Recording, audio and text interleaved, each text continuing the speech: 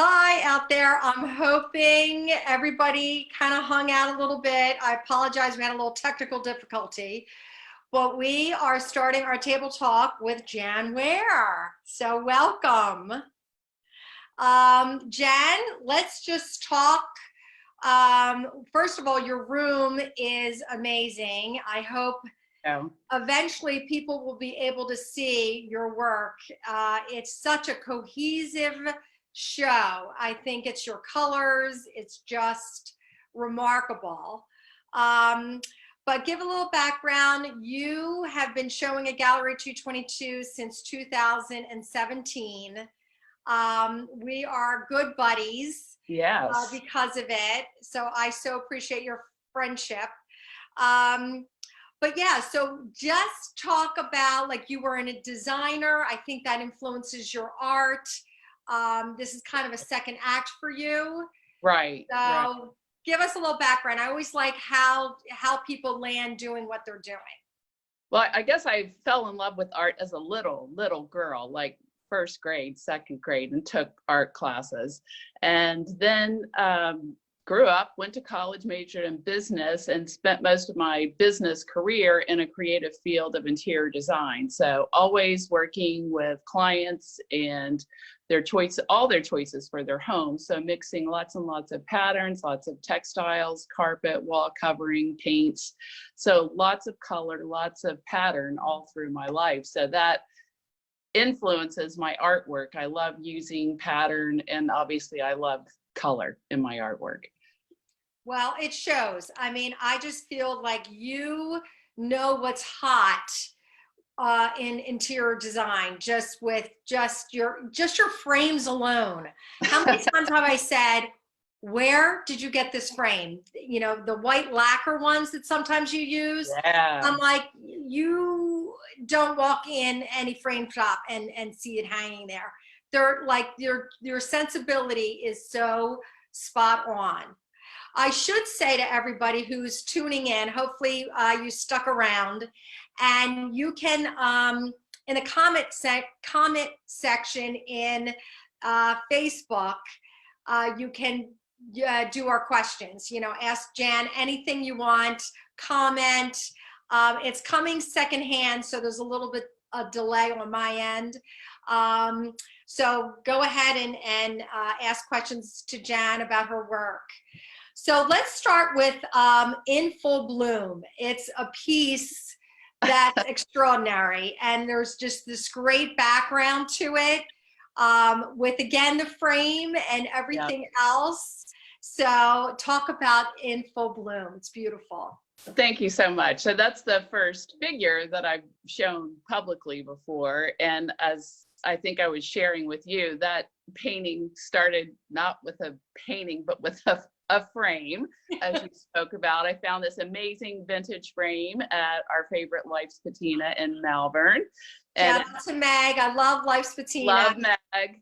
Had all these carved roses and paint and gold and chipping off, and I just fell in love with it, and I thought, I'm going to get this, and one day I'm going to paint a painting, and hopefully it'll live up to the frame. And then I found this image that this a photographer took of this beautiful woman, strong and brave, but totally bedecked in flowers. And I said, that's it. And so I contacted the photographer, purchased the rights to use her image for reference, and worked on that piece for months and months. So that's a special one for me.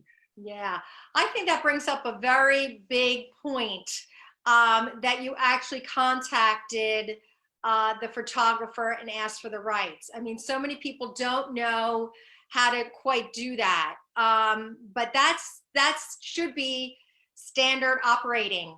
Right. Photographers are artists too, and they deserve to be compensated for their work. Yes, no, I totally agree. I get that question from time to time. So I think that's fabulous. So the next piece is Treat of Versailles. Again, I feel that this shows better in person than via picture. And I think I talked a little bit about it when we were doing the virtual tour. Yeah. It's almost like the way you paint it, the cake is truly in the forefront, the foreground, you get a Got some dimension texture. to it that maybe will not show up in a picture of it. Right, So, right. It's talk got a lot about of that. impasto. It's got a lot of impasto layers on it that really looks like frosting. Yes. And I think because you painted a little bit tighter on the cake, that it's clearer. It's just magnificent. Again, you do a lot of cakes and pastries. So are they just dear to your heart? Yeah, I guess oil paint and frosting. If you're an oil painter, if you've ever oil painted, it kind of really looks like frosting. And so working with it is almost like working with frosting somewhat. But I do love cakes and cupcakes, and to me, cakes are usually associated with some type of celebration. And whether it's a wedding or a birthday or a retirement or what have you, it's a life celebration.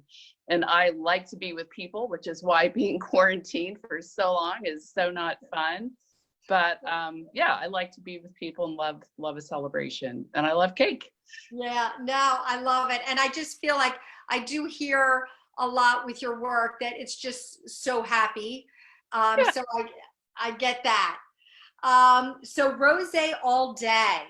That's a lovely piece. Just again, your flowers, and it has that similar three-dimensional feel with the background. It's floating, but yet it's beautiful. It's right up in front. Yeah.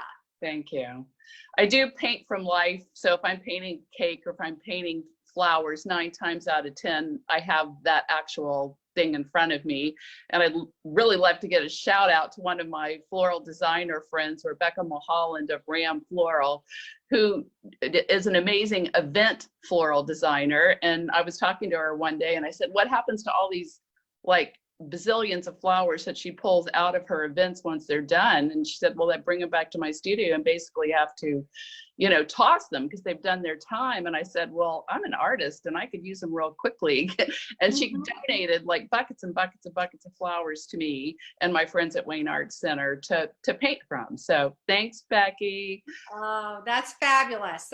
Again, artists helping artists. Absolutely. That's what Gallery222 is about. I really feel like it's a great hub. Right. I have so many artists who buy from other artists, oil paint. Yep. That happens all the time.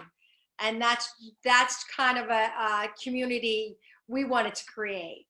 Yeah. So I love that. So the other series you have in this show is the breakfast table. Yes. Now this is the second go around of doing the last show, 2018. That was kind of the first time you did this series, and it sold very well. Yeah. So explain this work because it's a little different. It's a little different. So I just I like to paint flowers, as you know, and fruit is just as colorful. And sometimes while traveling, I was just liking to envision some amazing woman in a beautiful locale, and she's got this spread casually tossed about before her to choose from for breakfast with flowers and fruits. And then I started having fun. Well, I like the name of the island or the city to kind of be an alliteration with the woman. So the one you have up right now is Breakfast Table of the French Quarter Femme Fatale. It's got the damask in the background and a luxe display of fruits. And I just like the juiciness of painting fruits too. Oh, that's great. I love it. And there is like an airy quality to still life, which is really kind of hard to incorporate. Usually still lifes are, a little bit compact, Yeah, I left a lot of negative space in those just to make it really open and fresh and airy. Oh, great. Well, let's do some questions or comments. So Randy Graham, he's one of our studio artists. He says he saw it in person, the treats of treat of Versailles and said it was magnificent. It's so amazing in person, and I agree. Thanks, Randy. I don't know if it would even come through on FaceTime if a client wanted to call. I mean, I could give it a shot. Yeah. Maybe it'll come across a little bit better that way. And It's again, big. it's framed beautifully. Thank you. Yes.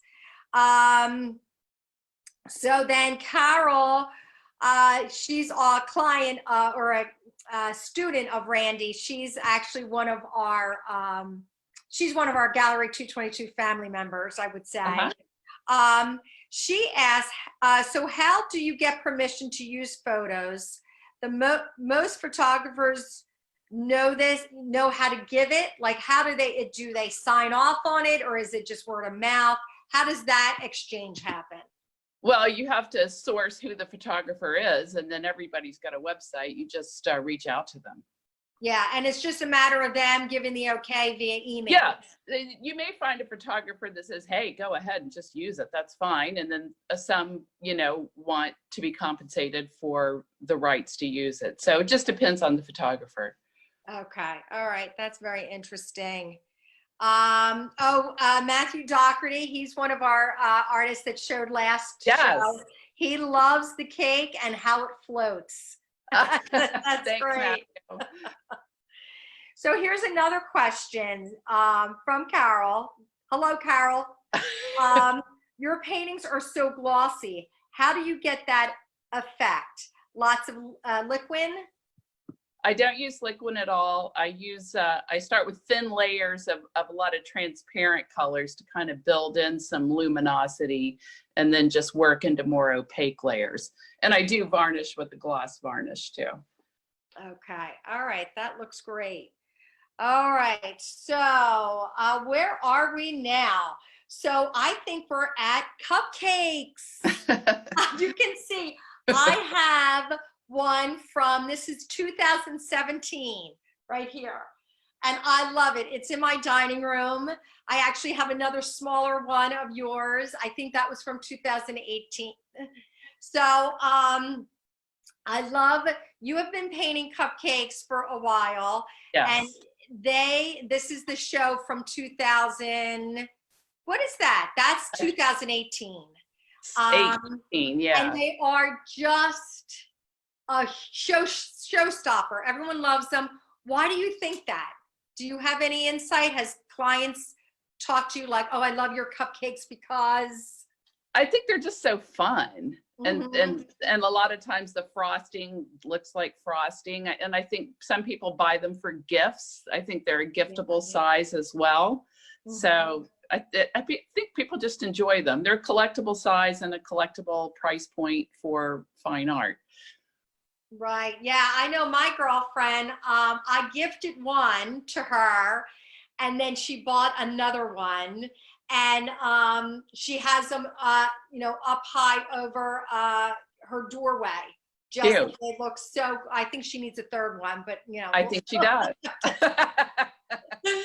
But they are, again, so happy, and I love your themes. The one, I know we have a picture of it with the skull with the bubble. Yeah, that's a weird one. Talk about how you got inspired to do that. That's so unique.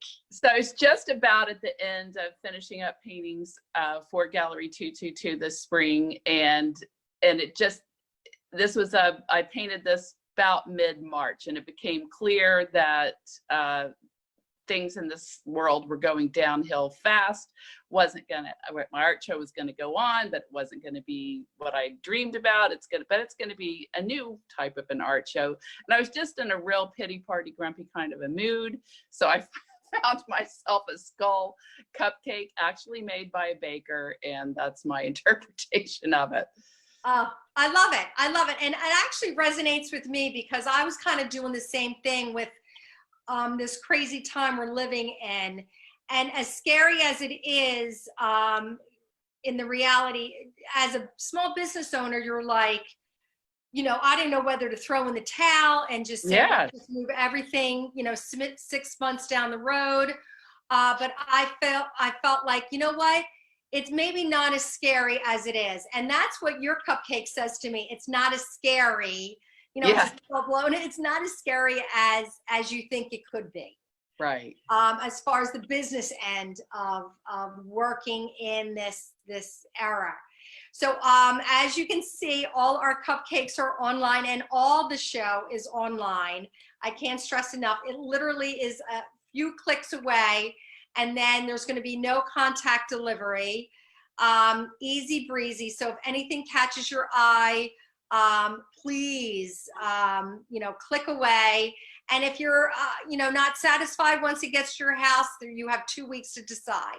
So it's kind of like, you know, no stress buying. So the other series I want to talk about, just so people know you do this, is the dogs, because I have one of your dog portraits. Artie. And you can commission through the gallery, through you. The dogs, I think, are spectacular. That's Artie. So tell me how that came about. I love dogs, and I have a dog, and I was painting all these flowers, and I thought, wouldn't it be cute to paint dogs in a different way, put flower crowns on them, because I actually know floral designers people are including dogs in their weddings, so they're getting all spiffed up with flowers. So I thought, I'll paint dogs with flowers. So I just started asking friends if they'd like me to give it a try, and everyone said yes, and it just became a thing. Yeah, and a great thing. And again, I love everything's up close. It takes the whole frame. And again, you can capture their personality. They just, I don't know quite how you do it, but there is definitely, you can see the sassy ones, you know, the shy ones. Sweet ones. It does come through. And you work from pictures, right? That's yes, one absolutely. where you will Yep. do pictures. So it doesn't, Yep. you know, you can send in 4 or 5 pictures of your pet, and then yes. we can make that happen for you. Yep. Let's see if any more questions. Here's David Campley, good buddy. How does one make purchases now when we are not able to be there in person? So again, it's really through the website. Thank you, David, for your question. Through the website, everything's online, and then I will deliver it. And for whatever reason, if it's not what you expected, you can, you know, have 2 weeks to decide. You know, art's tricky because I think we get really good photos. But if you want to FaceTime me, then I can actually show you through my phone a painting that you're interested in. But literally, our website has been up and running for 2 years now. So thank God we had it. And it's a couple clicks. And then I do the no contact delivery. So it's been really, really good. So Carol asked, are you going to do another workshop after the coronavirus? And oddly enough, we were just talking about this. Yep. Another floral designer friend and I, Jennifer Reed Oshley, we did a floral design and floral painting workshop last summer, and we'd like to try it again this summer too. So hopefully. Yes. At Gallery222, we love Gallery it. We did have fun. Yes, we do. Lunch, and it's just a lot of fun. And then you do a demo, which is very informative. Yes. So there's a lot going on that day. I know you're exhausted. It's fun. But it's all good fun. It's all good fun. So another series I want to talk about, which sold out in 2 days, was the bunnies. Oh my gosh, I have to confess, I did buy one. I usually wait till after, you know, the show is down before I make my purchases. But I had to buy a bunny. So I feel bad because I took it from someone, I'm sure. But I just had to have one of the bunnies. So again, how did you come up with that? Was it just, I know it was good timing for Easter, but you do sell these all year long. I had done another little mini series of baby animals for something else, and I really enjoyed painting the rabbits. And as you know, I painted a ton of dogs, I painted cats, and the rabbits were just kind of fun, especially the long-haired Angora rabbits were really a blast to do. And on sourcing them, I'm looking over the internet for images of rabbits and on Instagram, and it's just neat to connect with people. Like one of the rabbits, Jupiter, he's on the bottom right of the screen. I found him on the internet, and I'm messaging with this female farmer in Denmark. She raises sheep and Angora rabbits and then uses and makes her own wool. So it's another artist, really. But that's a real bunny, and his real name is Jupiter. That's great. Isn't this business, you get to meet a lot of different people? I mean, Absolutely. That's just the plus of it. So here is a question. Do you have any interior designing advice for a new collector or someone who's sitting home day after day and be like, and is thinking, how do I bring my space together? How do I, any advice you could give anyone out there? Well, when buying art, I think you have to buy what you love. Mm-hmm. And then your room will work around it, and you'll find a place in your home for it. Mm-hmm. I'm not a big one for trying to match all the colors. I just think that's just not what art is meant to be. But if you find a piece of art and you place it and you love it, it will find a place in your home. Mm-hmm. My one pet peeve is please don't hang things too high. Okay, yeah. No, I agree. I know. Yeah. I have done that before I owned a gallery. I think I went around and adjust a couple of my paintings because the clients will get their tall husband to hang it, and everything's like up here.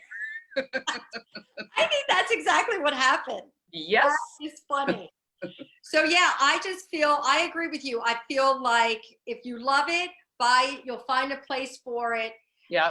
And I think it has to make sense in a room as far as color wise. And but size. Usually you're drawn to the same colors. Right. So a piece of art, it will make sense regardless. Right. The way it happens. Right. So I think, let's see if there's any more questions. Oh, Carol wants to know, what is the painting behind you right now? What are you working on? I'm working on a new piece that is a commission. Oh, it's commission. Okay. We thought maybe we could get something hot off the easel. Let's see if there's anything else. What Bob James wants to know, what artists do you admire the most? Oh my gosh, there's so many. Well, I'll start with one of my friends and teacher, Georgiana Linson. And let's see, if I could collect without a budget, I'd have Alex Kanevsky. I'd have a great big Sarah McRae Morton. Yeah. I'd have a Christian Hook out of the UK. So lots, yeah. Oh, that's fantastic.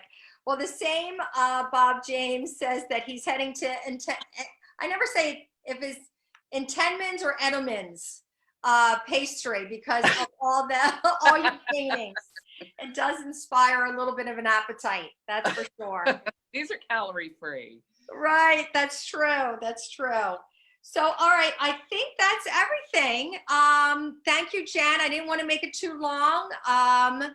You can, again, everything is online, Gallery222 Malvern.com. Couple clicks, and then we deliver it. And then our next virtual table talks, Mary Beth Kong will be Wednesday, April 29th at 2 o'clock, and then Eliza Ock, Wednesday, May 6th at 2 o'clock. So I think that's everything. Thank you so much, and thank everybody for tuning in. Thank you. So appreciate it. All righty? All right. Bye. Okay. We'll see ya.